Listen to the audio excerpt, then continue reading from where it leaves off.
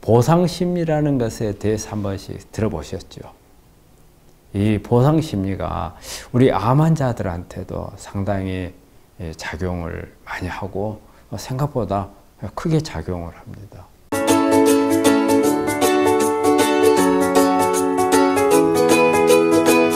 그럼 이 보상심리라는 것은 보통 어때요? 내가 어떤 노력을 했거나 희생을 했을 때 그에 대한 보답을 받고자 하는 마음이 보상심리죠.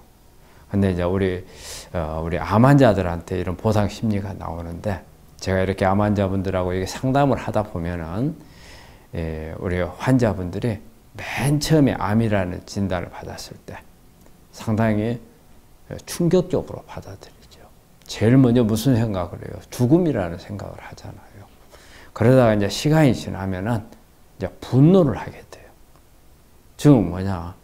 대부분 암에 걸린 환자들이 내가 암에 걸렸다는 것은 어떤 죄를 지었다는 생각을 많이 하게 돼요. 그런데 나는 죄가 없다 생각을 하거든요. 나는 내가 누구를 위해서 뭔가를 희생만 하고 살았는데 왜 내가 암에 걸려야? 이거 잘못되지 않았느냐? 나는 내가 남편을 위해서, 또 아니면은 뭐 부모님을 위해서, 자식을 위해서, 형제간을 위해서, 또 아니면 친구들을 위해서, 하여튼 누군가를 위해서 살았는데 내가 복을 받지는 못할 망정 왜 암에 걸렸느냐? 이런 생각을 많이 하게 돼요. 이런 생각을 하게 되면 그 다음에 이제 어떤 생각이 떠오르냐면 내 자신을 돌아보게 됩니다. 그때부터 내가 내 자신이 초라해지고 내 자신이 불쌍해져 보이는 거죠. 왜 내가 지금까지 살면서 내가 두세상 사는 것도 아닌데 남을 위해서 이렇게 살아왔는지, 그리고 암이라는 이렇게 엄청난 병을 얻게 되었는지, 왜 자신을 돌아보고 자신이 초라하기 때문에 이때부터는 나를 위한 뭔가를 해야 되겠다. 그래서 어때요? 예쁘게 화장도 하고 옷도 이쁜 거 사고 뭐 신발도 명품을 한번 사보고 그 다음에 백도 좋은 걸 사보고 내 자신을 위한 부분들을 많이 찾게 됩니다. 이게 이제 우리가 말하는 이제 보상 심리거든요. 그래서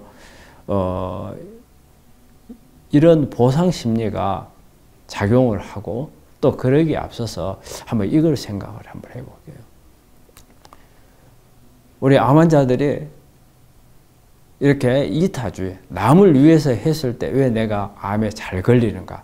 생각보다 이런 보상 심리를 갖게 되는 환자들이 이면에는 이타주의였던 부분이 암이 오는 원인이 돼요. 왜냐? 남을 위해서, 누구를 위해서 무언가를 하다 보면은 자기 자신이 소홀해지죠.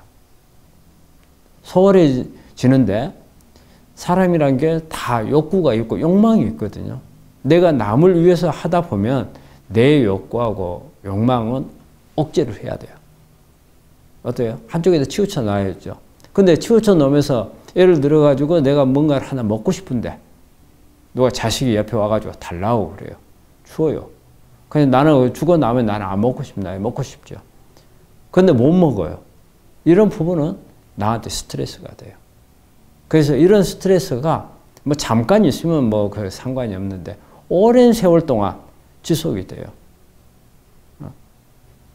뭐 신부를 모시거나 남편을 수발하면서 이런 부분들이 한다면 나중에는 이게 스트레스가 되고 결과적으로 이 스트레스는 뭘로 가요? 면역을 억제하게 돼요.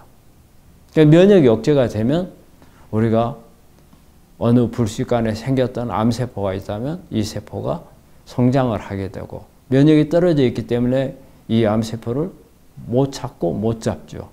그래서 나중에 결과적으로는 이게 암으로 성장을 하게 돼요.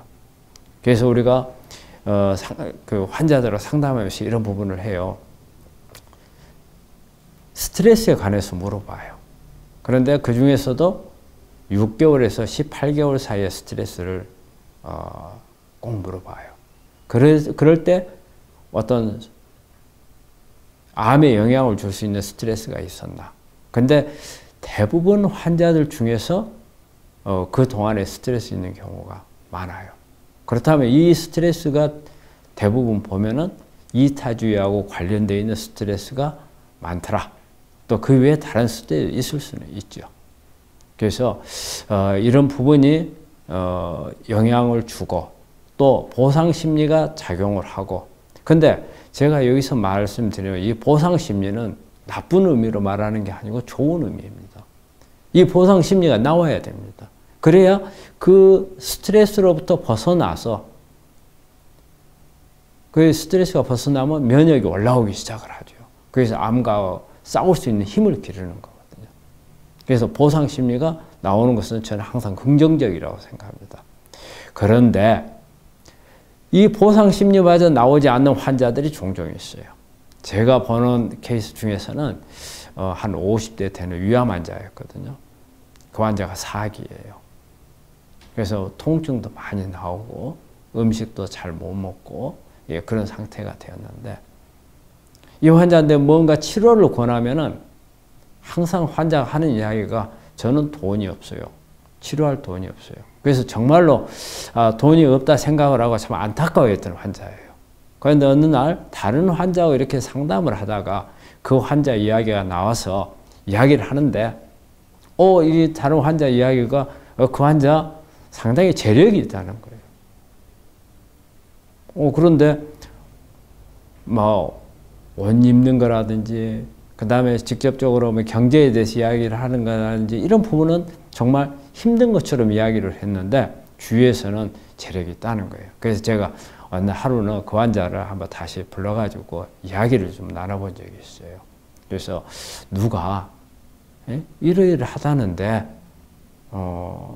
정말 그렇다면 치료를 좀 하지요. 그랬더만은 그거는 맞대요.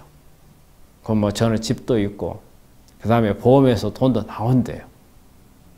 그런데 자기가 쓸 게 없대요.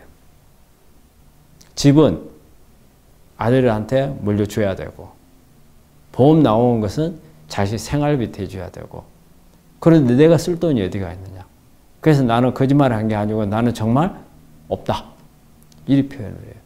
이 환자는 결국 뭐예요? 자식을 위해서 살았어요. 희생을 해서 암에 걸렸어요.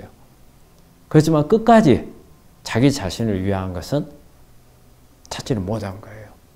결국 어때요? 보상심리마저도 작동을 안 한 거예요. 그렇다면 이 스트레스에서 벗어나지를 못하고, 그러기 때문에 암이 점점 더 악화되고 결과적으로는 좋지 않는 상태로 가게 됐거든요. 그러면 이 환자는 보상심리가 작동을 하지 않아서 자기 자신도 어려워졌지만 어때요?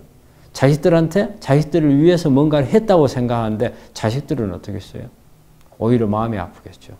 죄책감을 갖게 만들었죠.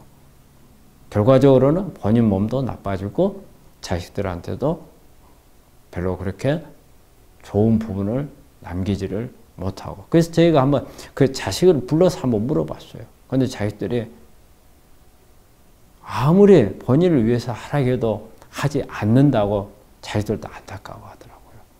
그래서 우리 환자분들 내가 억울한 게 있고 뭔가 희생을 했다면 얼마든 자기 자신을 위한 새로운 삶을 살도록 하세요. 이게 보상심리고 이게 면역을 끌어올립니다. 치료에 도움이 됩니다. 이 부분은 꼭 필요하다고 봅니다.